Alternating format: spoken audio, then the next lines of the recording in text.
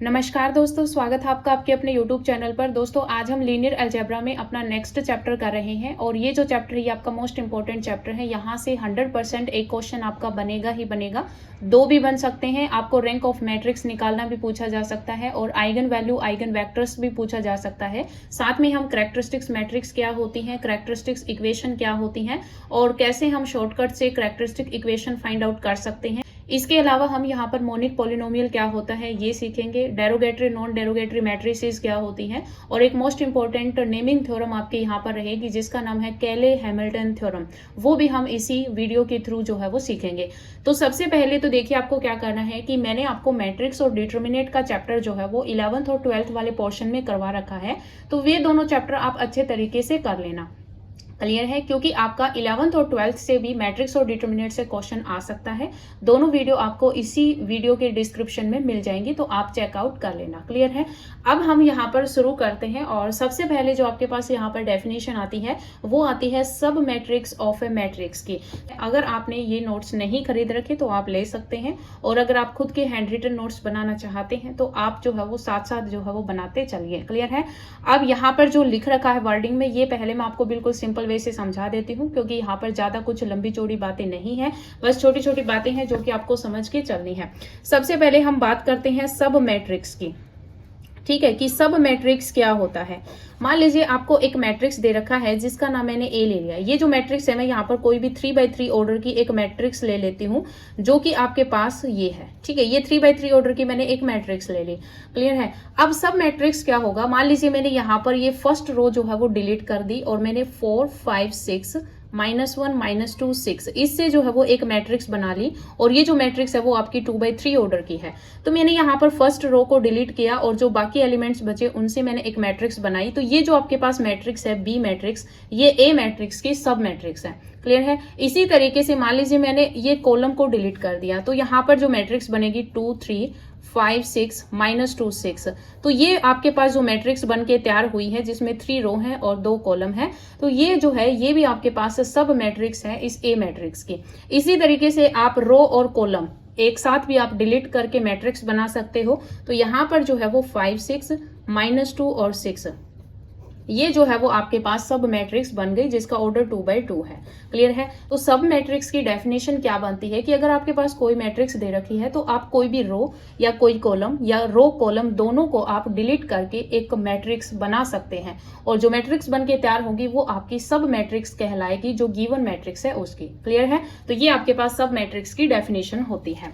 अब मैं आपको यहाँ पर जो मैंने नोट्स में लिख रखा है ये भी आपको बता देती हूँ। तो देखिए क्या है कि let A be any matrix of order m/n। A आपके पास कोई मैट्रिक्स है m/n की, then a matrix B obtained by deleting some row and some column. कि बी मैट्रिक्स को हम ऑब्टेन करेंगे कोई भी एक कॉलम को या कोई रो को या दोनों को, यानी कि बोथ कॉलम और रो। ठीक है, कॉलम रो को हम डिलीट करके एक अनदर मैट्रिक्स बी जो है वो ऑब्टेन करेंगे, जो आपकी क्या कहलाएगी, सब मैट्रिक्स कहलाएगी, मैट्रिक्स ए की। जैसे यहाँ पर ये एग्जांपल दे रखा है, इस मैट्रिक्स में यहाँ पर फर्स्ट रो को डिलीट करके यहाँ पर 2 रो जो बची हैं उनसे एक मैट्रिक्स यहाँ पर बनी। ये जो ऑर्डर होगा वो आपका 2x3 का ये ऑर्डर है। इस ऑर्डर की हमने एक मैट्रिक्स बनाई और ये जो मैट्रिक्स है ये आपकी सब मैट्रिक्स है इस ए मैट्रिक्स की। क्लियर है। तो ये आपके पास डेफिनेशन है। सेकंड देखिए, सेकंड है यहाँ पर माइनर ऑफ अ मैट्रिक्स। तो माइनर क्या होते हैं, आपने 11th 12th में बिल्कुल अच्छे तरीके से समझा होगा। तो माइनर्स क्या होते हैं ये देखिए। तो देखिए आपके पास जो जनरल आपके पास जो फॉर्म होती है मैट्रिक्स की वो होती है A11 A12 A13। मैं यहाँ पर जो है वो आपको 3x3 ऑर्डर में ही समझा देती हूँ, आसान रहेगा समझने में। A21 A22 A23, फिर A31 A32 A33, ये आपके पास जो है वो जनरल फॉर्म है 3x3 ऑर्डर के मैट्रिक्स की। क्लियर है। अब हम यहाँ पर माइनर निकालेंगे, तो सबसे पहले हम जो माइनर निकालेंगे वो M11 का माइनर निकालेंगे। तो इसके लिए हमें क्या करना है, फर्स्ट रो और फर्स्ट कॉलम को हम डिलीट कर देंगे। यहाँ पर जो आपके पास ये एलिमेंट्स बचे, क्या क्या बचे हैं देखिए, A22 A23 A32 और A33, इसका मतलब यहाँ पर जो आपके पास माइनर जो होते हैं वो और कुछ नहीं, डिटर्मिनेट वैल्यू होती है। जब आप एलिमेंट्स को एक्सपेंड करते हो तो आपको पता है कि जिस एलिमेंट को हम एक्सपेंड करते हैं वो रो और कॉलम आपका डिलीट हो जाता है, जो बच जाता है उसका हम डिटर्मिनेट वैल्यू निकालते हैं। तो जो माइनर ऑफ द मैट्रिक्स और कुछ नहीं होता, आपके पास जो सब मैट्रिक्स होता है उसकी डिटर्मिनेट वैल्यू होती है, तो वो आपके पास माइनर होता है। इसी तरीके से मान लीजिए आप कहे कि इसका हमें माइनर निकालना है, तो ये जो माइनर निकलेगा वो M32 निकलेगा। इसको जब आप एक्सपेंड करोगे तो ये थर्ड रो और सेकंड कॉलम चला जाएगा, आपके पास यहाँ पर एलिमेंट्स बचे A11 A13, फिर बचेगा A21 A23। तो ये जो आपके पास डिटर्मिनेट वैल्यू जो आएगी ये आपका माइनर M32 होगा। ठीक है, तो इस तरीके से हम माइनर्स निकालते हैं। डेफिनेशन देखिए क्या है, तो देखिए डेफिनेशन क्या बनेगी माइनर ऑफ ए मैट्रिक्स की, कि if A be any matrix of order m by n, कि जो a है वो आपके पास कोई m बाई n ऑर्डर का मैट्रिक्स है, देन जो आपके पास स्क्वायर सब मैट्रिक्स जो बनेंगे उनकी जो डिटर्मिनेट वैल्यू होगी वो आपके पास माइनर ऑफ ए मैट्रिक्स कहलाएगा। क्लियर है। अब यहाँ पर देखिए आपको ये नोट में जो दे रखा है कि the order of the square सब मैट्रिक्स, कि जो आपके पास ऑर्डर होगा स्क्वायर सब मैट्रिक्स का is called the order of minor. क्योंकि देखिए यहाँ पर जैसे हमने ये माइनर निकाला तो ये जो माइनर है इसका ऑर्डर आपके पास क्या है, 2/2 ऑर्डर का ही है। तो यहाँ पर ये जो सब मैट्रिक्स आपके पास बन के तैयार हुई, क्योंकि अगर हम सब मैट्रिक्स की बात करें तो आपके पास यहाँ पर जैसे ये सब, अगर हम इस तरीके से इसको नोटेशन देंगे तो ये आपका सब मैट्रिक्स बन जाएगा। और इस सब मैट्रिक्स की जब हम डिटर्मिनेट वैल्यू निकालते हैं तो आपके पास ये मॉडुलस के तरीके से जो है वो आ जाएगा। तो A22 A23 और A32 A33। तो यहाँ पर जब हम सीधा इस तरीके से जब लाइन खींचते हैं तो ये आपके पास डिटर्मिनेट को रिप्रेजेंट कर रहा होता है और ये जो है वो आपको सब मैट्रिक्स को रिप्रेजेंट कर रहा है। ठीक है, तो ये सब मैट्रिक्स है इस मैट्रिक्स की यानी कि जो स्क्वायर सब मैट्रिक्स है इसका ऑर्डर जो होगा वही आपके पास डिटर्मिनेट का ऑर्डर होगा। ठीक है, ये आपको नोट में दे रखा है। एग्जाम्पल में यहाँ पर सब मैट्रिक्स दे रखी है, इसमें हमने यहाँ पर जैसे इसमें तो यहाँ पर A1 लिख रखा है, तो A1 इन्होंने कैसे निकाला है, यहाँ पर सब मैट्रिक्स आप इस तरीके से निकाल सकते हो। A1 इन्होंने ये एलिमेंट्स लिख के जो है वो यहाँ पर माइनर को रिप्रेजेंट किया है। इस तरीके से यहाँ पर जो है वो ये आपका किस तरीके से आएगा, जब आप थर्ड रो और थर्ड कॉलम को एलिमिनेट करोगे तो ये माइनर आपका बन के तैयार होगा। क्लियर है, तो यहाँ पर जो है वो आप अपने नोट्स में जो है वो रीड आउट कर लेना। क्लियर है। उसके बाद आता है आपके पास मोस्ट इंपॉर्टेंट टॉपिक जो है आपके पास रैंक ऑफ मैट्रिक्स। अब देखिए ये जो आपके पास रैंक ऑफ मैट्रिक्स है ये आपका मोस्ट इंपॉर्टेंट टॉपिक है और यहाँ से 100% क्वेश्चन जो है वो पूछा जाएगा। रैंक निकालना हम 3 मेथड से सीखेंगे, लेकिन पहले हम रैंक ऑफ मैट्रिक्स की यहाँ पर वर्डिंग में डेफिनेशन सीखेंगे, क्योंकि क्वेश्चन जो है वो वर्डिंग से भी पूछा जा सकता है। ताकि आप कंफ्यूज ना हो इसलिए मैं आपको वर्डिंग डेफिनेशन भी समझा देती हूँ। तो देखिए यहाँ पर डेफिनेशन क्या कहती है कि let A be any non zero matrix of order m by n। मान लीजिए आपके पास ए मैट्रिक्स है, यहाँ पर मैं आपको सिखा रही हूँ। मान लीजिए कि ए मैट्रिक्स है जिसका ऑर्डर जो है वो m बाई n ऑर्डर है। ठीक है, ये मैट्रिक्स है जिसका ऑर्डर क्या है आपके पास m बाई n ऑर्डर है। अब देखिए ये कह रहा है कि आपके पास एक पॉजिटिव इंटीजर r, ठीक है, पॉजिटिव इंटीजर को मैं इस तरीके से डिनोट कर रही हूँ कि आपके पास एक पॉजिटिव इंटीजर r जो है वो एग्जिस्ट होगा और इस r को ही हम rank of the matrix a कहेंगे। Rank of the matrix a कहेंगे अगर ये दो कंडीशन को होल्ड कर दें। दो कंडीशन क्या है, फर्स्ट कि आपके पास एटलीस्ट वन माइनर जिसका ऑर्डर r हो, कि आपके पास एटलीस्ट वन ऑर्डर जिसका ऑर्डर जो है वो r बाई r ऑर्डर का आपके पास एटलीस्ट वन माइनर जो है वो आपका एग्जिस्ट करना चाहिए, जो कि डिटर्मिनेट की value does not equal to 0 देता हो। ठीक है, यानी कि आपके पास एक ऐसा r बाई r ऑर्डर का माइनर एग्जिस्ट होना चाहिए जिसकी डिटर्मिनेट वैल्यू जो है वो डज नॉट इक्वल्स टू 0 होनी चाहिए।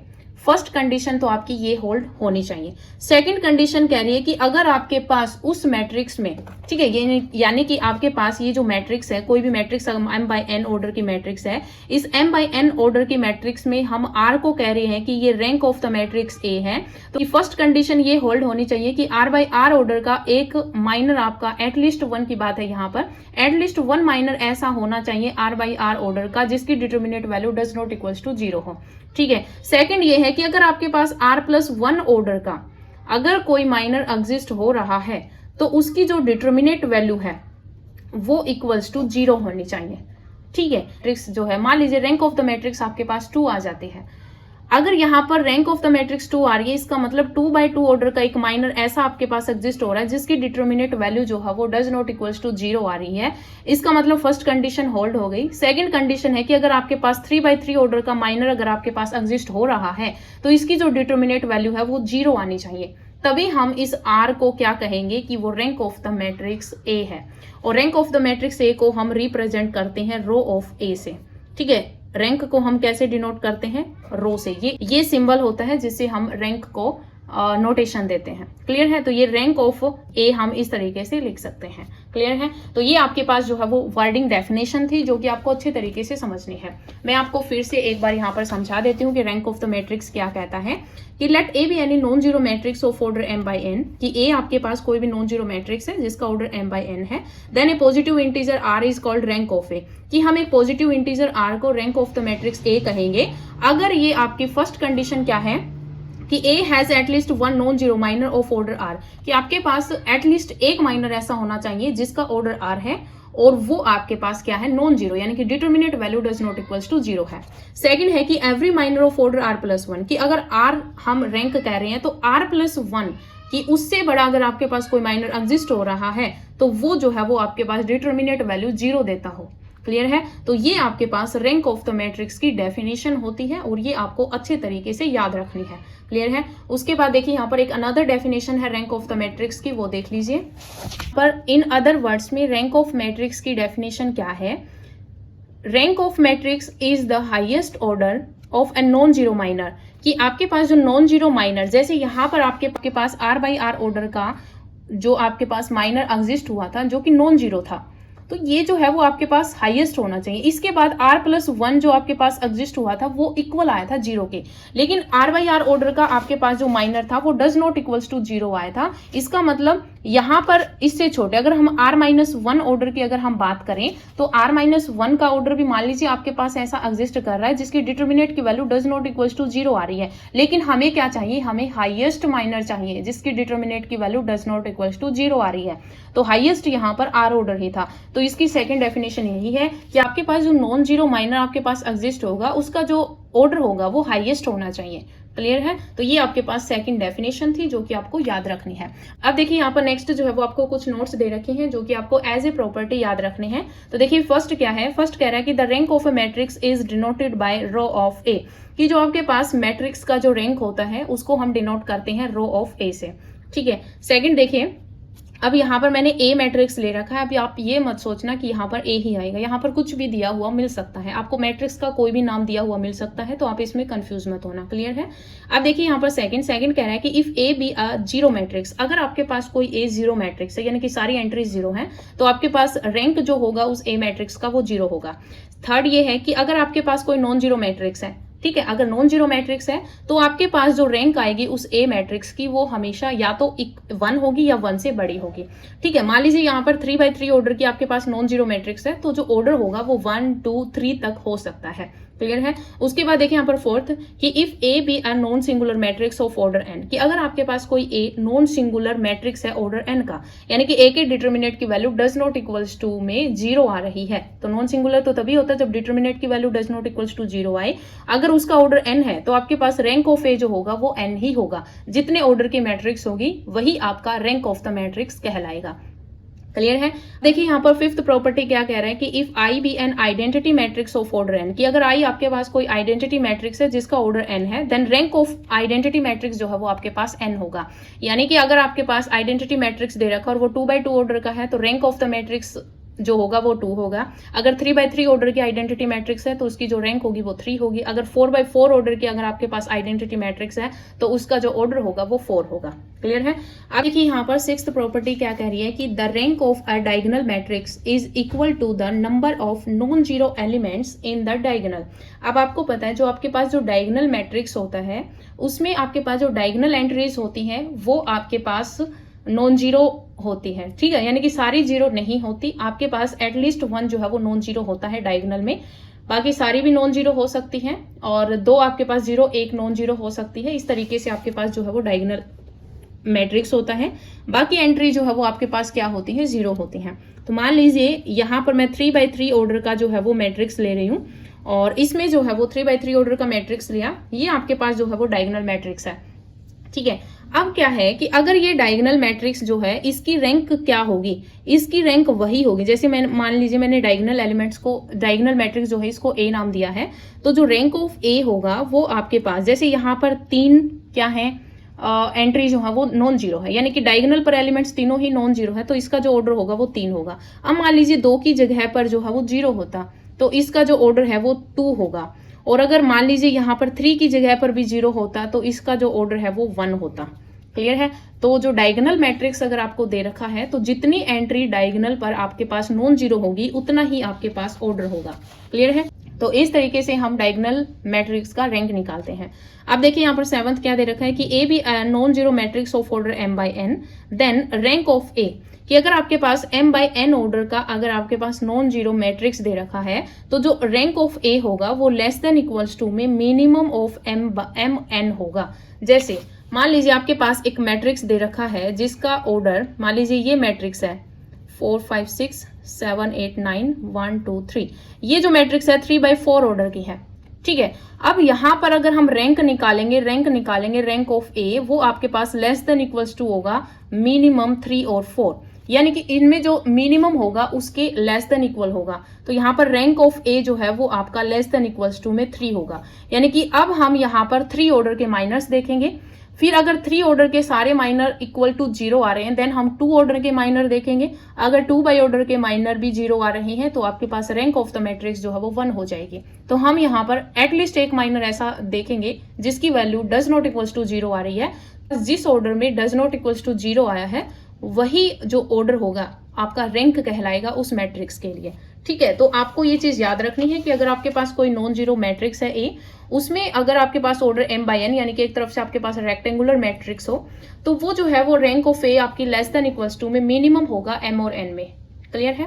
उसके बाद देखिए 8th प्रॉपर्टी क्या कह रही है कि when a is a non zero square matrix of order n and if a determinate does not equals to 0, then rank of a equals to में n, कि अगर आपके पास कोई नॉन जीरो स्क्वायर मैट्रिक्स है ऑर्डर n की और उसकी डिटर्मिनेट की वैल्यू अगर डज नॉट इक्वल्स टू 0 आ रही है, तो आपके पास जो रैंक होगा, जिस ऑर्डर का आपके पास स्क्वायर मैट्रिक्स है, वही ऑर्डर जो है वो आपका रैंक कहलाएगा। ठीक है, तो a डिटर्मिनेट की वैल्यू अगर 0 आ जाएगी, तो रैंक ऑफ a जो है वो n ऑर्डर से कम होगा।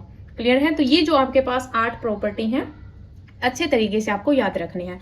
अब रैंक ऑफ द मैट्रिक्स निकालने के यहाँ पर 3 मेथड दिए हुए हैं। फर्स्ट मेथड होता है डिटर्मिनेट मेथड, जिसको हम शॉर्टकट मेथड भी बोलते हैं।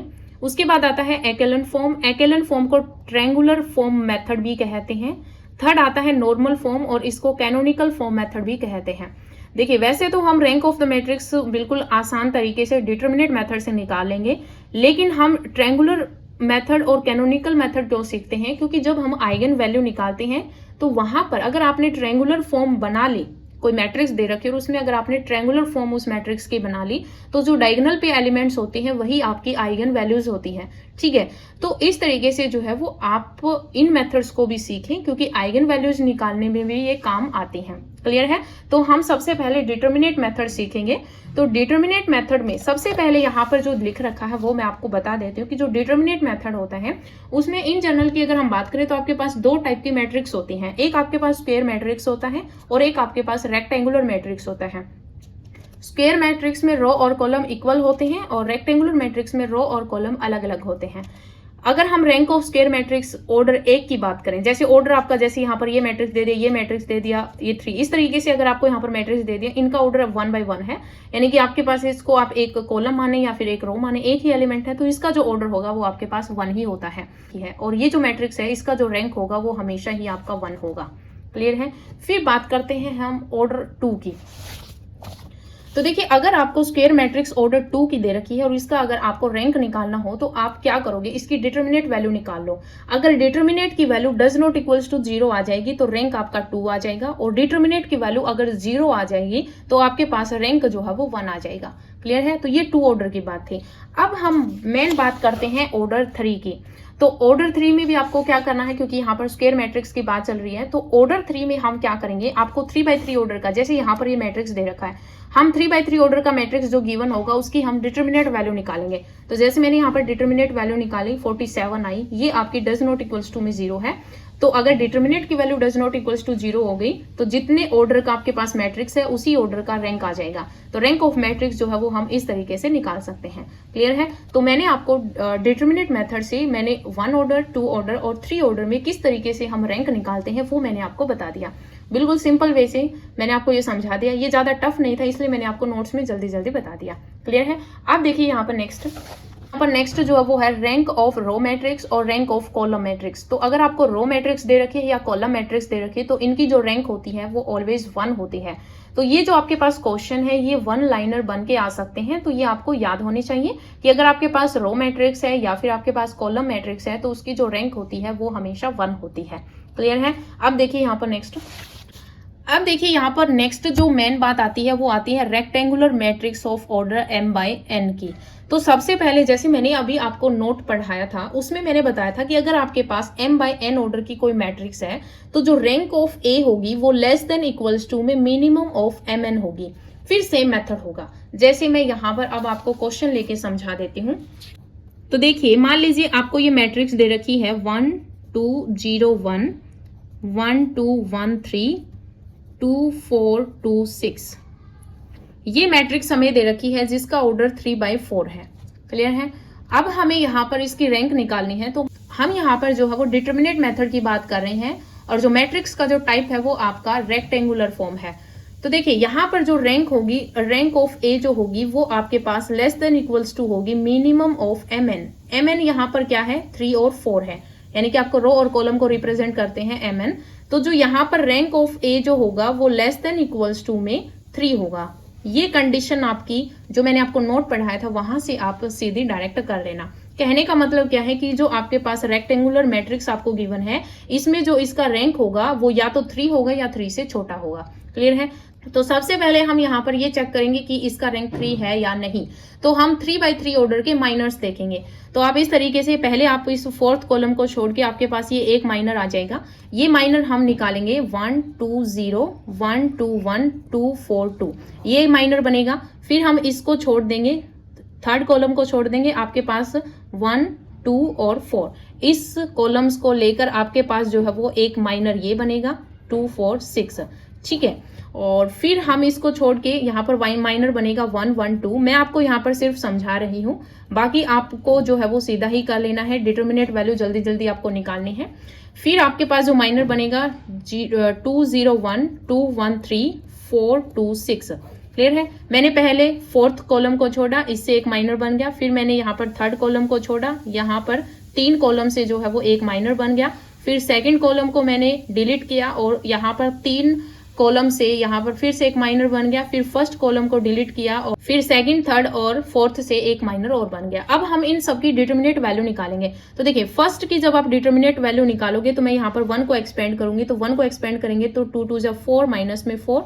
फिर यहाँ पर -2 को एक्सपेंड करेंगे तो आपके पास यहाँ पर क्या बनेगा 2 माइनस में 2, और 0 को अगर आप एक्सपेंड करोगे तो सारी 0 वैल्यू हो जाएगी, ये भी आपके पास 0, यानी कि इसकी डिटर्मिनेट की वैल्यू 0 आई। सेम एज इट इज जब आप इनकी डिटर्मिनेट वैल्यू निकाल के देखोगे, आप निकाल कर देखना सारी की जो डिटर्मिनेट वैल्यू है, सबकी जो डिटर्मिनेट वैल्यू है वो आपके पास 0 आएगी। इसका मतलब rank of the matrix A जो है वो आपका 3 नहीं होगा। अब हम यहाँ पर क्या चेक करेंगे, हम 2/2 ऑर्डर के यहाँ पर माइनर देखेंगे। तो आप यहाँ पर एग्जैक्ट वही माइनर जो है वो अपना एज्यूम करें जिससे डिटर्मिनेट वैल्यू जो है वो डज नॉट इक्वल्स टू 0 आए। अगर हम फर्स्ट माइनर ये लेंगे तो आपके पास जो वैल्यू है वो इक्वल टू 0 आएगी। अगर मैं यहाँ पर ये माइनर लेती हूँ 2/2 ऑर्डर का 2 0 2 1, ये माइनर मैंने लिया जिसका ऑर्डर 2/2 है, इसकी डिटर्मिनेट वैल्यू जो मैं निकालूंगी 2 - 0 होगा, यानी 2 आ गया और इसकी जो डिटर्मिनेट वैल्यू है वो डज नॉट इक्वल्स टू 0 हो गई। इसका मतलब क्या हुआ कि रैंक ऑफ मैट्रिक्स ए जो है इसका ऑर्डर आपके पास 2 आ गया। क्लियर है? तो इस तरीके से जो है वो आपके पास जो रेक्टेंगुलर मैट्रिक्स गिवन होती है उसमें आप मैट्रिक्स का रैंक निकाल सकते हो। क्लियर है? अब देखिए यहाँ पर नेक्स्ट क्या है, यहाँ पर नेक्स्ट जो आपके पास रैंक निकालने का जो मेथड है वो है एक्लोन फॉर्म या ट्रायंगुलर फॉर्म। यानी कि आपके पास जो मैट्रिक्स गिवन होगी उसको आप ट्रायंगुलर फॉर्म में लेके आओगे कोई भी ऑपरेशन लगाकर। ठीक है? सबसे पहले तो मैं आपको जो है वो एग्जांपल लेके ही समझा देती हूँ, देन आपको ये जो वर्डिंग की जो लाइंस हैं ये आपको अच्छे तरीके से समझ में आ जाएगी। तो देखिए मान लीजिए मैंने यहाँ पर एक मैट्रिक्स लिया ए, मैट्रिक्स में आपके पास एंट्री है 1 2 3 2, फिर है 2 3 5 1, फिर आपके पास 1 3 4 5। क्लियर है? ये आपके पास 3/4 ऑर्डर का एक मैट्रिक्स है। हमें क्या करना है, हम एक्लोन फॉर्म से यहाँ पर इस मैट्रिक्स का रैंक निकालेंगे। वैसे तो मैंने आपको ये जो मेथड कराया है, इस मेथड से आप रैंक जो है वो फाइंड आउट कर सकते हैं, लेकिन आपको सभी मेथड जो है वो आने चाहिए। तो देखिए एक्लेन फॉर्म में आप क्या करोगे, सबसे पहले हमारे पास जो लीडिंग एंट्री होती है, इसको हम लीडिंग एंट्री बोलते हैं। तो ये जो आपके पास फर्स्ट जो रो होती है, इसमें जो फर्स्ट एलिमेंट होगा उसको आपको नॉन जीरो बनाना है।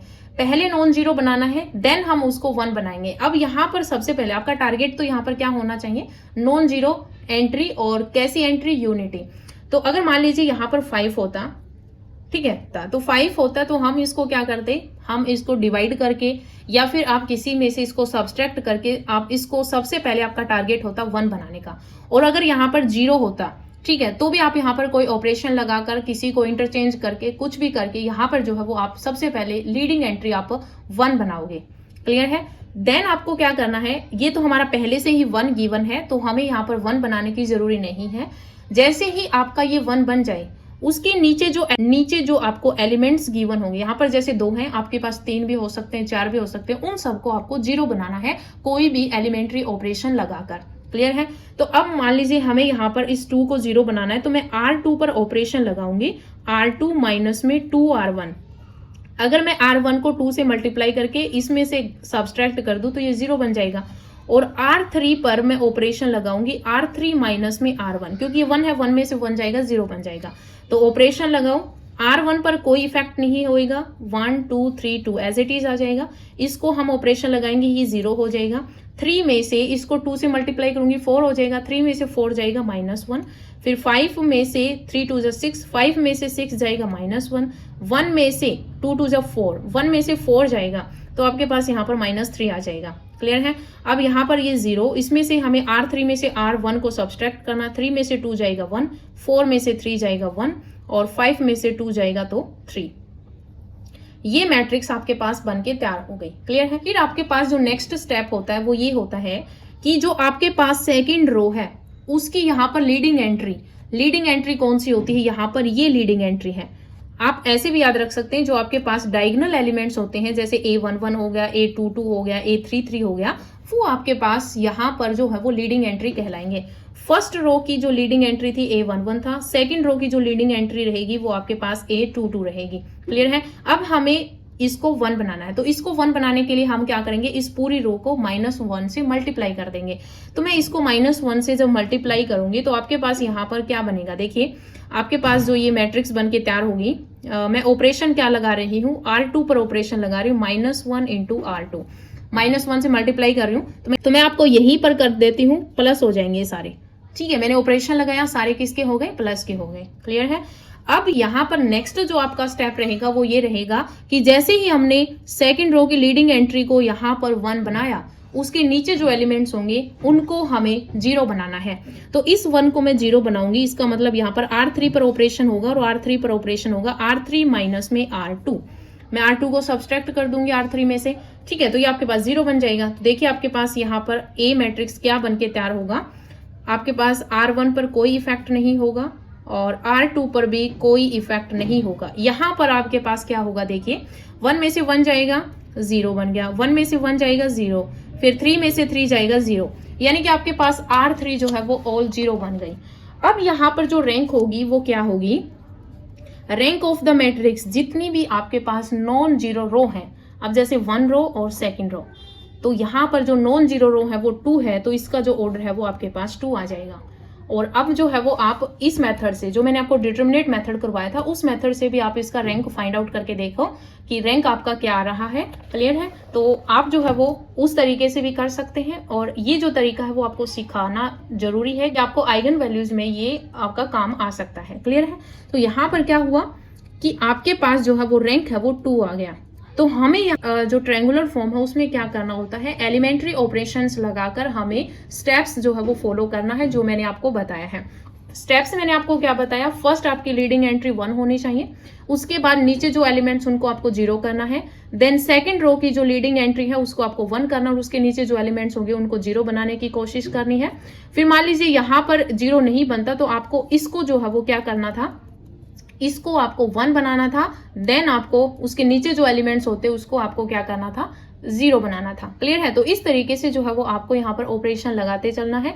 देन लास्ट में जाके आपके पास जितने भी नॉन जीरो क्योंकि यहाँ पर जैसे ये आप लगाते जाओगे रो एलिमेंट्स, तो यहाँ पर लास्ट में जाके आपके पास क्या बनेगा कि कुछ रो जो है वो आपकी जीरो बन जाएंगी, और जैसे ही आपके पास जीरो बनेगी तो आपके पास जितनी भी नॉन जीरो रो बचेंगी वही आपका रैंक ऑफ द मैट्रिक्स बन जाएगा। क्लियर है? अब मैंने यहाँ पर जो लिख रखा है वर्डिंग में वो देख लीजिए क्या कहता है। ये क्या कह रहा है कि the first non zero elements in each non zero row, कि आपके पास जो नॉन जीरो एलिमेंट्स होगा in each non zero row is unity, वो आपके पास क्या होगा? यूनिटी होगा, which is called the leading entry of the row, जिसको हम क्या कहेंगे? लीडिंग एंट्री बोलेंगे। तो हर एक रो का जो कि नॉन जीरो एलिमेंट्स होगा उनको हमें क्या करना है? 1 बनाना है, और जो आपका क्या कहलाएगा? लीडिंग एंट्री कहलाएगा। एग्जैक्टली आप ऐसे भी याद रख सकते हो A11, A22, A33, इस तरीके से ये जो एलिमेंट्स होते हैं ये आपकी लीडिंग एंट्री का काम करते हैं और इनको हमें 1 बनाना होता है। ठीक है, उसके बाद पहले तो जैसे हमने A11 को यहाँ पर क्या बनाया? 1 बनाया। उसके बाद इसके नीचे जो एलिमेंट्स होंगे उस कॉलम में उन सबको हमें 0 बनाना है। देन हमें A22 पर आना है, उसको 1 बनाना है, और उसके नीचे जो एलिमेंट्स होंगे उनको हमें 0 बनाना है। क्लियर है?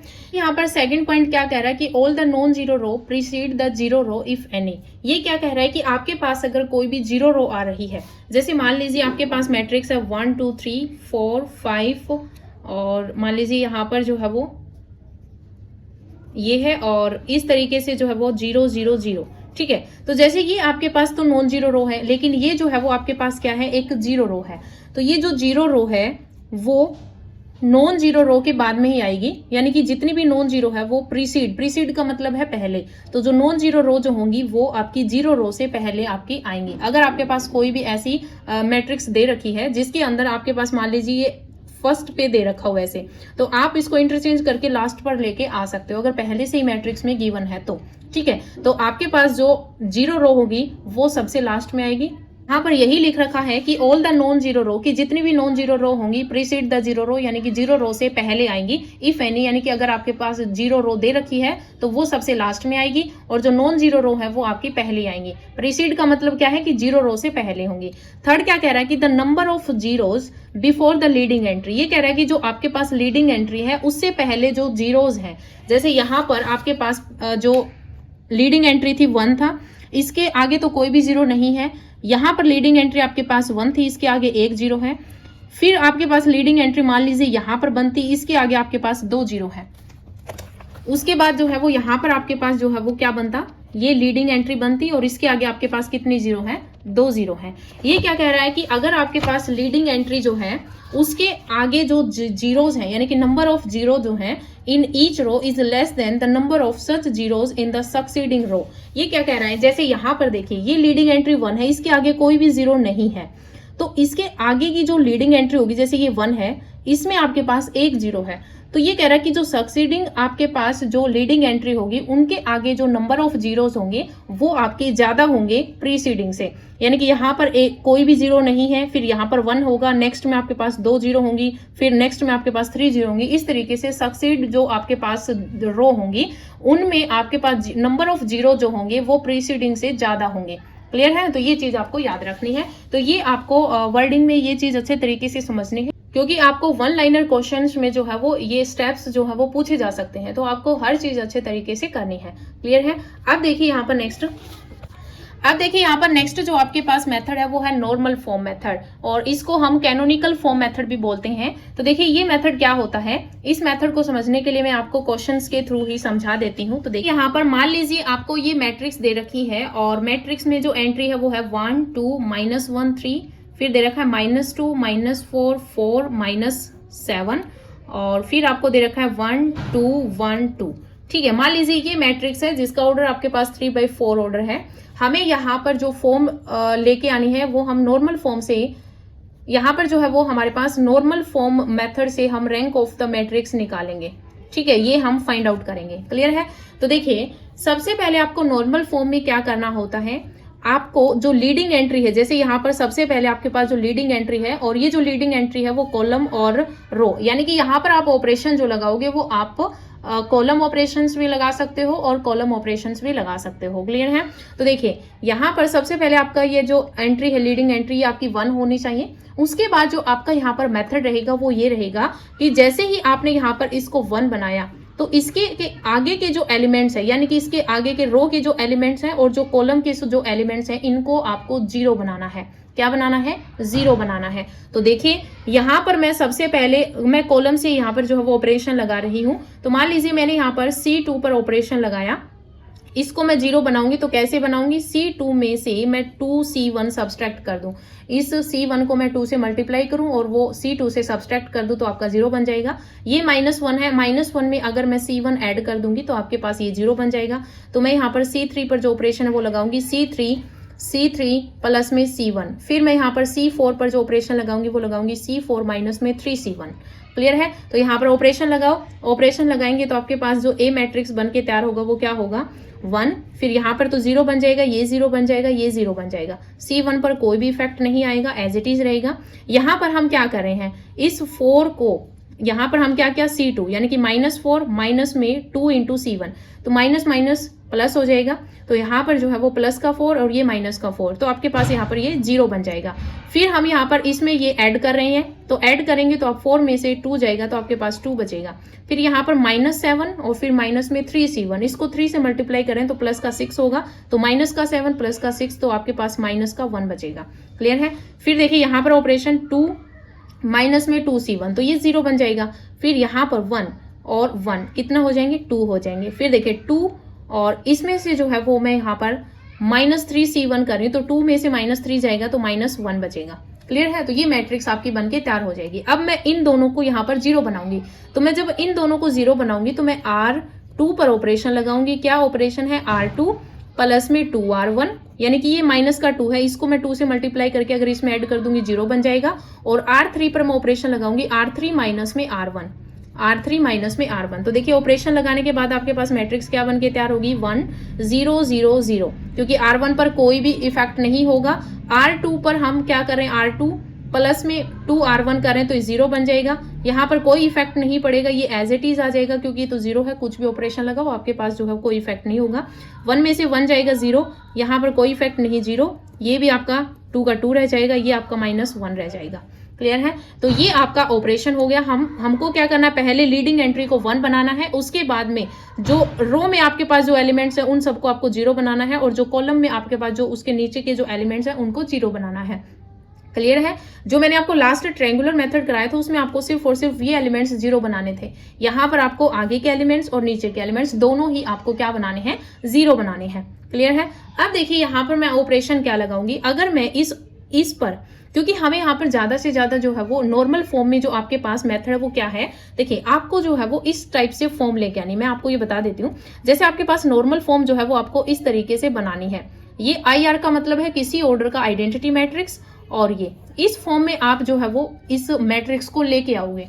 क्लियर है? अब देखिए यहाँ पर ये जो है वो आपका 2x2 ऑर्डर का कुछ भी हो सकता है, 3x3 ऑर्डर का आइडेंटिटी मैट्रिक्स होता है, 4x4 का भी हो सकता है, कुछ भी हो सकता है। ये आपके नल मैट्रिक्स को रिप्रेजेंट करें, या फिर आपके पास फॉर्म जो है वो इस टाइप की हो सकती है, या फिर आपके पास फॉर्म जो है वो इस टाइप की बन के आ सकती है, या फिर आइडेंटिटी R, यानी कि आपके पास आइडेंटिटी मैट्रिक्स भी बन के तैयार हो जाए, तो वो आपके पास जिस ऑर्डर का यहाँ पर आइडेंटिटी मैट्रिक्स बनेगा वही आपका रैंक ऑफ द मैट्रिक्स कहलाएगा। क्लियर है? अब देखिए यहाँ पर अगर मैं C3 पर ऑपरेशन लगाऊं, क्योंकि सबसे ज्यादा हमें यहाँ पर 0 बनाने की कोशिश करनी है और एक जगह पर आपको आइडेंटिटी मैट्रिक्स बनाने की कोशिश करनी है। तो मैं अगर यहाँ पर ये C3 है, C3 पर अगर मैं ऑपरेशन लगाऊं कि C3 प्लस में 2C4, यानी कि अगर मैं इसको 2 से मल्टीप्लाई करूं और उसको इसमें ऐड कर दूं तो ये आपके पास क्या बन जाएगा? 0 बन जाएगा, क्योंकि आप यहाँ पर इतना थोड़ा सा अज्यूम कर सकते हैं, दोनों 2 2 है और ये 1 1 है, इनको मैं अगर 2 से मल्टीप्लाई करके इनके साथ ऐड कर दूं तो ये दोनों ही आपके क्या बन जाएंगे? 0 बन जाएंगे। क्लियर है? तो एक और आपके पास यहाँ पर कॉलम जो है वो 0 बन जाएगा, यानी कि हमें यहाँ पर ज्यादा से ज्यादा 0 बनाने की कोशिश करनी है और एक जगह पर आपको ऐसा थोड़ा सा अज्यूम करके चलना है कि यहाँ पर हम आइडेंटिटी मैट्रिक्स बना सकते हैं। क्लियर है? C3 पर ऑपरेशन लगाया है और साथ में मैं C4 पर ऑपरेशन लगा रही हूँ कि -1 C4, यानी कि माइनस से मल्टीप्लाई कर रही हूँ मैं। तो यहाँ पर आपके पास जो मैट्रिक्स बन के तैयार होगा वो क्या होगा? 1 0 0 0, फिर है 0 0, यहाँ पर 2 से मल्टीप्लाई करके ऐड करेंगे 0 बन जाएगा, इसमें मैं -1 की मल्टीप्लाई कर रही हूँ तो आपके पास +1 बन जाएगा, फिर ये 0 0 ये 0 बन जाएगा और यहाँ पर 1 हो जाएगा। क्लियर है। अब मैं यहाँ पर क्या करूंगी, मैं R3 पर ऑपरेशन लगाऊंगी, R3 माइनस में R2। अब मैं R3, ये जो R3 है इसमें से R2 को सब्सट्रैक्ट करूंगी तो R3 पर ये तो आपका सेम रहेगा, R3 यहाँ पर क्या बन जाएगा, 0 बन जाएगा जब ये ऑपरेशन लगाएंगे। तो नेक्स्ट जो आपके पास स्टेप रहेगा, क्योंकि हमें एक जगह पर आइडेंटिटी मैट्रिक्स बनाना है तो ये 1 जो है वो यहाँ पर लेके आना है, तो हम C2 को इंटरचेंज कर देंगे C4 में। तो जब हम इन दोनों को इंटरचेंज करेंगे तो ये 1 आपका इधर आ जाएगा और ये 0 इधर हो जाएगा। क्लियर है। तो ये आपके पास जो है वो IR, ये आपके पास नल मैट्रिक्स, यहाँ पर आप किसी भी ऑर्डर का, यहाँ पर 2 ऑर्डर का, ये आपका ये नल हो जाएगा, ये नल हो जाएगा। यहाँ पर जैसे ये नल मैट्रिक्स 2x2 ऑर्डर का ले सकते हो। यहाँ पर जो आपके पास है ये 1 रो 2 कॉलम है और ये भी 1 रो 2 कॉलम है, यानी कि आपके पास नल होना चाहिए बाकी सभी जगह पर। ये आपके पास आइडेंटिटी मैट्रिक्स कितने ऑर्डर का बना है, ये 2x2 ऑर्डर का बना है। तो यहाँ पर rank of the matrix A जो है वो आपके पास 2 आ जाएगा। क्लियर है। तो इस तरीके से आपको नॉर्मल फॉर्म में क्वेश्चंस करने हैं। अब देखिए यहाँ पर जो मेथड दे रखा है, यानी कि यहाँ पर जो आपको वर्किंग रूल दे रखा है, वो वर्किंग रूल मैं आपको बता देती हूँ। तो देखिए सबसे पहले तो यहाँ पर इसकी डेफिनेशन है वही है कि अगर आपके पास कोई भी नॉन जीरो मैट्रिक्स दे रखी है m/n ऑर्डर की, तो हमको जो है वो इस फॉर्म में उस मैट्रिक्स को लेके आना होता है। कोई आइडेंटिटी मैट्रिक्स किसी भी r ऑर्डर की हमें यहाँ पर जो है वो बनाने की कोशिश करनी है, बाकी सारी जगह पर हमें नल मैट्रिक्स बनाने की कोशिश करनी है। या फिर हम इसको इस तरीके से भी लेके आ सकते हैं, इस फॉर्म में लेके आ सकते हैं, या फिर आइडेंटिटी r मैट्रिक्स में लेके आ सकते हैं। क्लियर है। जिस ऑर्डर का आपके पास आइडेंटिटी मैट्रिक्स बनेगा वही जो ऑर्डर होगा वो आपका रैंक ऑफ द मैट्रिक्स कहलाएगा। क्लियर है। अब देखिए यहाँ पर ये जो आपके पास वर्किंग रूल है ये मैं आपको समझा देती हूँ। वर्किंग रूल क्या है, सबसे पहले इंटरचेंज रो और column to obtain a non zero element in first row and first column of the given matrix. जो आपके पास गिवन मैट्रिक्स होगी उसमें जो आपके पास लीडिंग एंट्री है, यानी कि फर्स्ट रो और फर्स्ट कॉलम का जो एलिमेंट है वो लीडिंग एंट्री आपके पास क्या होनी चाहिए, नॉन जीरो होनी चाहिए। नॉन जीरो के साथ साथ वो आपके पास क्या होना चाहिए, 1 होना चाहिए। क्या होना चाहिए, 1 होना चाहिए। कि अगर आपके पास फर्स्ट जो रो और कॉलम अगर 0 है तो सबसे पहले हम उसको नॉन जीरो बनाएंगे। देन हम अगर वो नॉन जीरो आपके पास कोई 1 के अलावा है तो हम उसको 1 बनाएंगे। फिर obtain zeros in the reminder of the first row and first column. फिर बाकी जो आपके पास जितने भी, जैसे हमने यहाँ पर जैसे ये आपके पास लीडिंग एंट्री है, लीडिंग एंट्री को हमने 1 बनाया। देन क्योंकि हमें तो क्वेश्चन में 1 दे रखा था तो बनाने की जरूरत नहीं पड़ी, तो यहाँ पर 1 है। उसके बाद इसके आगे के एलिमेंट्स और इसके नीचे के ये जो एलिमेंट्स हैं इनको हमें क्या करना है, सभी को 0 बनाना है। क्लियर है। तो यहाँ पर ऑपरेशन लगाकर हम जो है वो 0 बनाएंगे। फिर repeat the above 3 steps starting with elements in second row and second column. फिर एज इट इज आप इसी तरीके से फिर सेकंड रो सेकंड कॉलम का हम एलिमेंट लेंगे, उसको हम 1 बनाएंगे। देन उसके आगे के और उसके नीचे के एलिमेंट्स को हम क्या बनाएंगे, 0 बनाएंगे। तो इस तरीके से हम यहाँ पर जो है वो स्टेप्स जो है वो कंटिन्यू करते रहेंगे। देन लास्ट में जो आपके पास बाकी 0 बन जाएंगे और एक जगह आपके पास आइडेंटिटी मैट्रिक्स बन जाएगा। जो आइडेंटिटी मैट्रिक्स का जो ऑर्डर होगा वही आपका रैंक ऑफ द मैट्रिक्स कहलाएगा। क्लियर है। अब देखिए यहाँ पर नेक्स्ट जो आपके पास प्रॉपर्टीज है ये आपकी मोस्ट इंपॉर्टेंट प्रॉपर्टीज है। सीधे ही क्वेश्चंस यहाँ से बन सकते हैं।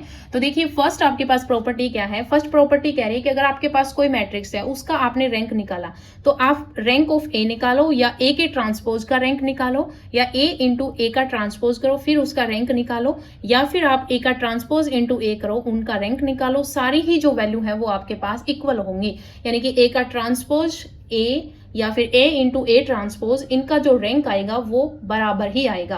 क्लियर है। यहाँ पर सेकंड प्रॉपर्टी हमें क्या दे रखी है कि let A be a non zero matrix of order m/k। कि अगर आपके पास कोई मैट्रिक्स ए है जिसका ऑर्डर m/k है एंड बी मैट्रिक्स है जिसका ऑर्डर k/n है, देन अगर हमें रैंक ऑफ ए बी यानी कि दोनों मैट्रिक्स की अगर हम मल्टीप्लीकेशन कर दें और उसका अगर हम रैंक फाइंड आउट करें तो वो जो रैंक होगा वो लेस देन इक्वल होगा minimum of rank of A और रैंक ऑफ बी। मान लीजिए रैंक ऑफ ए जो है वो आपके पास 2 आ गया और रैंक ऑफ 3 जो है वो आपके पास 4 आ गया, तो इसमें मिनिमम क्या है, 2 है। तो इन दोनों मैट्रिक्स की जो मल्टीप्लीकेशन होगी उसका जो रैंक होगा वो 2 के इक्वल होगा या 2 से छोटा होगा। क्लियर है। तो इस तरीके से ये जो आपके पास प्रॉपर्टीज हैं ये आपको याद रखनी है। उसके बाद देखिए यहाँ पर थर्ड प्रॉपर्टी क्या कह रही है, थर्ड प्रॉपर्टी है कि if A and B be 2 square matrices of same order, कि ए और बी अगर आपके पास सेम ऑर्डर के मैट्रिसेस हैं and A is non singular. Non singular का मतलब क्या है, इसकी डिटर्मिनेट की जो वैल्यू है वो डज नॉट इक्वल्स टू 0 है। अगर ए की determinant value does not equals to 0 है, इसका मतलब रैंक ऑफ ए जो होगा वो जिस ऑर्डर का ये मैट्रिक्स है वही ऑर्डर जो है वो आपका rank of the matrix A होगा। देन अगर हम ए और बी की मल्टीप्लीकेशन कर दें तो आपके पास यहाँ पर रैंक ऑफ ए बी जो आएगा वो रैंक ऑफ बी के इक्वल आएगा। क्यों आएगा? क्योंकि यहाँ पर ए हमें नॉन सिंगुलर दे रखा है, इसका मतलब अगर ये मैट्रिक्स 4x4 ऑर्डर की है तो इसका जो रैंक होगा ए का वो 4 होगा। और मान लीजिए इस बी मैट्रिक्स का जो ऑर्डर है वो 3 आ रहा है, ठीक है। तो ये जो प्रॉपर्टी मैंने अभी आपको कराई रैंक ऑफ ए बी, जब हम इन दोनों की मल्टीप्लीकेशन करेंगे तो वो less than equals to minimum होगा रैंक ऑफ ए और रैंक ऑफ बी। तो यहाँ पर ये तो 4 ऑर्डर का है और ये भी 4x4 ऑर्डर की मैट्रिक्स है, इसका रैंक तो 4 आ गया, लेकिन इसका अगर 4 नहीं आया यानी कि 3 आया, तो इसका मतलब यहाँ पर इस प्रॉपर्टी से हमें मिनिमम वैल्यू लेनी है। तो मिनिमम वैल्यू इसका मतलब रैंक ऑफ बी के इक्वल इसका जो है वो क्या आएगा, रैंक आएगा। क्लियर है? तो ये जो है वो आपको ऐसे कनेक्ट करके सारी जो प्रॉपर्टीज हैं वो याद रखनी है। उसके बाद देखिए फोर्थ प्रॉपर्टी क्या कह रही है कि if A and B be 2 square matrices of same order, कि ए और बी अगर आपके पास कोई भी 2 स्क्वायर मैट्रिसेस हैं सेम ऑर्डर की, और अगर बी सिंगुलर है, जैसे यहाँ पर ए सिंगुलर दे रखा था, यहाँ पर बी सिंगुलर है, तो इनकी मल्टीप्लीकेशन जो है, जो सिंगुलर दे रखा है उसके अलावा जो मैट्रिक्स होगी उसके रैंक के बराबर आ जाएगा। जैसे यहाँ पर ए सिंगुलर दे रखा था तो रैंक ऑफ ए बी जो है वो रैंक ऑफ बी के बराबर आया था। फोर्थ प्रॉपर्टी में आपको बी नॉन सिंगुलर दे रखा है तो रैंक ऑफ ए बी जो है वो रैंक ऑफ ए के इक्वल आ गया। क्लियर है? फिफ्थ प्रॉपर्टी देखिए, फिफ्थ कह रहा है कि if A and B be 2 matrices of same order, कि ए और बी आपके पास 2 मैट्रिसेस दे रखे हैं सेम ऑर्डर के, then rank of A plus B, यानी कि दोनों मैट्रिक्स को ऐड करने के बाद जो मैट्रिक्स बनेगी उसकी जो रैंक है वो लेस देन इक्वल होगी rank of A plus rank of B. Clear है? सिक्स्थ प्रॉपर्टी देखिए क्या है कि if A and B be 2 matrices of same order, कि ए और बी आपके पास 2 मैट्रिसेस हैं सेम ऑर्डर की, then rank of A minus B, कि आप अगर आप ए माइनस बी करोगे उसका रैंक निकालोगे वो आपका ग्रेटर इक्वल होगा। जब आपने 2 मैट्रिसेस को सम किया तो वहां पर रैंक लेस देन इक्वल था, और यहाँ पर जब आपने सब्सट्रैक्शंस किया तो यहाँ पर जो रैंक है वो ग्रेटर इक्वल होगा रैंक ऑफ ए माइनस में रैंक ऑफ बी। प्लस में क्या था? लेस देन था, और माइनस में क्या है? ग्रेटर है। सेम अगर माइनस है तो rank of A minus rank of B आएगा, और प्लस है तो rank of A plus rank of B आएगा। प्लस था तो लेस देन था, और अगर आपके पास माइनस है तो वो ग्रेटर इक्वल होगा। क्लियर है? तो दोनों प्रॉपर्टीज आपको याद रखनी है। सेवंथ प्रॉपर्टी देखिए, सेवंथ कह रही है कि the rank of real skew symmetric matrix can not be 1, कि अगर आपके पास कोई भी रियल स्क्यू सिमेट्रिक मैट्रिक्स है वो उसकी जो रैंक है वो कभी भी 1 नहीं होती। तो ये आपको सीधी एग्जैक्ट याद रखनी है, इंपॉर्टेंट है कि जो स्क्यू सिमेट्रिक मैट्रिसेस होती है उसकी जो रैंक है वो कभी भी 1 नहीं होती। हमेशा ही आपके पास जो स्क्यू सिमेट्रिक मैट्रिक्स होती है उसका जो रैंक है वो हमेशा ग्रेटर इक्वल्स टू 2 होगा, या तो 2 होगा या 2 से बड़ा आएगा। क्लियर है? 1 कभी भी नहीं होगा। क्लियर है? नेक्स्ट देखिए 8th नंबर प्रॉपर्टी क्या कह रही है कि if the rank of real symmetric matrix, अगर आपके पास रियल सिमेट्रिक मैट्रिक्स, इसका मतलब क्या है कि जो सिमेट्रिक मैट्रिक्स है उसमें सारी एंट्री जो है वो आपके पास क्या है? रियल है, उसका जो रैंक होगा वो आपके पास 1 होगा। देन आपके पास क्या होना चाहिए कि जो उसकी डायगोनल एलिमेंट्स हैं वो सारे आपके 0 नहीं होने चाहिए। मैट्रिक्स की diagonal elements of the matrix can not be all 0, सारे 0 नहीं होने चाहिए। क्लियर है? 9th प्रॉपर्टी देखिए, 9th प्रॉपर्टी कह रही है कि if A and B are 2 n row square matrices, कि ए और बी मान लीजिए आपके पास n रो स्क्वायर मैट्रिक्स है, देन अगर आपको रैंक ऑफ ए बी निकालना है तो वो जो रैंक ऑफ ए बी जो है वो आप किस तरीके से फाइंड आउट कर सकते हो? ग्रेटर इक्वल्स टू में रैंक ऑफ ए प्लस में रैंक ऑफ बी माइनस में एन। एन क्या है? ये स्क्वायर मैट्रिक्स है आपके पास, तो जिस ऑर्डर की मैट्रिक्स है वो आपको माइनस करना है। तो rank of A be greater equal होगा रैंक ऑफ ए प्लस में रैंक ऑफ बी माइनस में एन। क्लियर है? तो ये जो प्रॉपर्टी आपकी मोस्ट इंपॉर्टेंट प्रॉपर्टी है ये आपको याद रखनी है। आपको कोई भी मैट्रिक्स दे दी जाएंगी अलग अलग निकाल के उनके ऑर्डर, फिर आपको यहाँ पर ये मैट्रिक्स जो है वो पूछ लिया जाएगा। तो इस तरीके से जो है वो आपको अगर ये प्रॉपर्टीज याद होंगी तो आप अच्छे तरीके से उन क्वेश्चंस को कर पाएंगे। ठीक है? 10th नंबर प्रॉपर्टी देखिए कि if A theta is the conjugate transpose of A, कि अगर ए थीटा जो आपको पता है ये हर्मिशियन मैट्रिक्स होता है, तो यही कह रहा है कि ए थीटा हम कैसे निकालते हैं। आपके पास कॉन्जुगेट ट्रांसपोज होता है ए का, कि ए का कॉन्जुगेट निकालो, उसका ट्रांसपोज जब करते हैं तो आपके पास ए थीटा आता है, जिसको हम हर्मिशियन मैट्रिक्स बोलते हैं। तो ये कह रहा है कि अगर आप रैंक ऑफ ए निकालो या हर्मिशियन मैट्रिक्स का रैंक निकालो, दोनों बराबर आएंगे, या फिर आप ए थीटा करो, उसका भी जो है रैंक होगा वो ए मैट्रिक्स के ही इक्वल आएगा। क्लियर है? तो ये जो है वो आपके पास 10 प्रॉपर्टीज थी और ये आपकी मोस्ट इंपॉर्टेंट प्रॉपर्टीज हैं। सारी ही प्रॉपर्टीज से जो है वो क्वेश्चन बनने के चांस हैं, तो आपको अच्छे तरीके से ये प्रॉपर्टीज याद करनी है।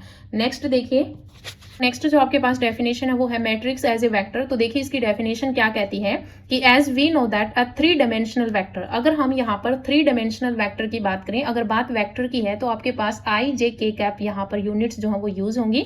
तो ए वेक्टर जो है वो आपके पास क्या है कि a1i plus a2j plus a3k cap, ये ए वेक्टर को हम इस तरीके से लिख रहे हैं। तो यहाँ पर जो आपके पास a1 a2 a3 जो स्केलर आपके पास यूज हुए हैं, इनको हम as a vector a1 a2 a3 इस तरीके से ट्रिपलेट में लिखते हैं। क्लियर है। अगर आपके पास n ट्रिपल में दे रखा है तो हम A1 से लेकर AN तक इस तरीके से हम ब्रैकेट के अंदर इसको लिखते हैं। हम इसको एज ए रो मैट्रिक्स भी लिख सकते हैं और कॉलम मैट्रिक्स भी लिख सकते हैं। जैसे अगर हमें यहाँ पर ये दे रखा है A1 A2 A3 से लेकर AN तक, यहाँ पर n डायमेंशनल में वेक्टर्स दे रखे हैं, तो आप इससे रो बना सकते हो या फिर आप इससे एक कॉलम भी बना सकते हो, आपकी मर्जी है। क्लियर है। तो ये आपके पास मैट्रिक्स होता है एज ए वेक्टर। उसके बाद आपके पास आता है linearly dependence and linearly independence. तो देखिए ये जो है वो आपको मैंने वेक्टर स्पेस के चैप्टर में बहुत अच्छे तरीके से समझाया था। वहां पर जो है वो एलिमेंट्स की बात थी, यहाँ पर मैट्रिक्स आ गया। तो यहाँ पर लीनियर डिपेंडेंस की यहाँ पर डेफिनेशन देखिए क्या बनती है कि n रो मैट्रिसेस x1 x2 x3 से लेकर xn तक ईच ऑफ टाइप 1/n, हर की जो टाइप है वो क्या है 1/n टाइप का है, are said to be linearly dependent. इनको हम क्या कहेंगे, लीनियरली डिपेंडेंट कहेंगे if there exist n scalars A1 A2 से लेकर AN तक नॉट ऑल जीरो, यानी कि ये जो स्केलर्स हैं वो आपके सारे जीरो नहीं होने चाहिए। देन हम A1 को x1 के साथ लिख रहे हैं, A2 को x2 के साथ लिख रहे हैं, यानी कि मल्टीप्लीकेशन करके हम इनको लीनियर कॉम्बिनेशन में लिख रहे हैं। और जहां पर A1 A2 A3 से लेकर AN तक है ये आपके सारे जीरो नहीं है, तो ये आपका लीनियरली डिपेंडेंट होता है। क्लियर है। और लीनियरली इंडिपेंडेंट में क्या होता है कि A1 A2 से लेकर AN तक जो आपके पास स्केलर्स हैं ये सारे आपके जीरो होते हैं, वो आपका लीनियरली इंडिपेंडेंट होता है। क्लियर है। अब देखिए यहाँ पर ये जो प्रॉपर्टीज हैं वो आपके पास लीनियरली डिपेंडेंट और लीनियरली इंडिपेंडेंट से रिलेटेड हैं। ये प्रॉपर्टीज मैंने आपको वेक्टर स्पेस के चैप्टर में बहुत अच्छे तरीके से समझा रखी हैं, तो आप वहां से ये सारी प्रॉपर्टी जो है वो कर लीजिए, क्योंकि मैंने वहां पर बहुत अच्छे तरीके से आपको क्लियर कर रखा है। क्लियर है। सेम ही प्रॉपर्टीज हैं, मैंने वो जो आपका चैप्टर में जो आपका टॉपिक आया था मैंने उसी में जो है वो आपको करवा दिया था, लेकिन ये जो मैंने नोट्स आपको प्रोवाइड करवाए थे वो मैंने आपको फर्स्ट चैप्टर में ये टॉपिक डाल के दे रखा था, क्योंकि सेम डेफिनेशन है और सेम प्रॉपर्टीज है। क्लियर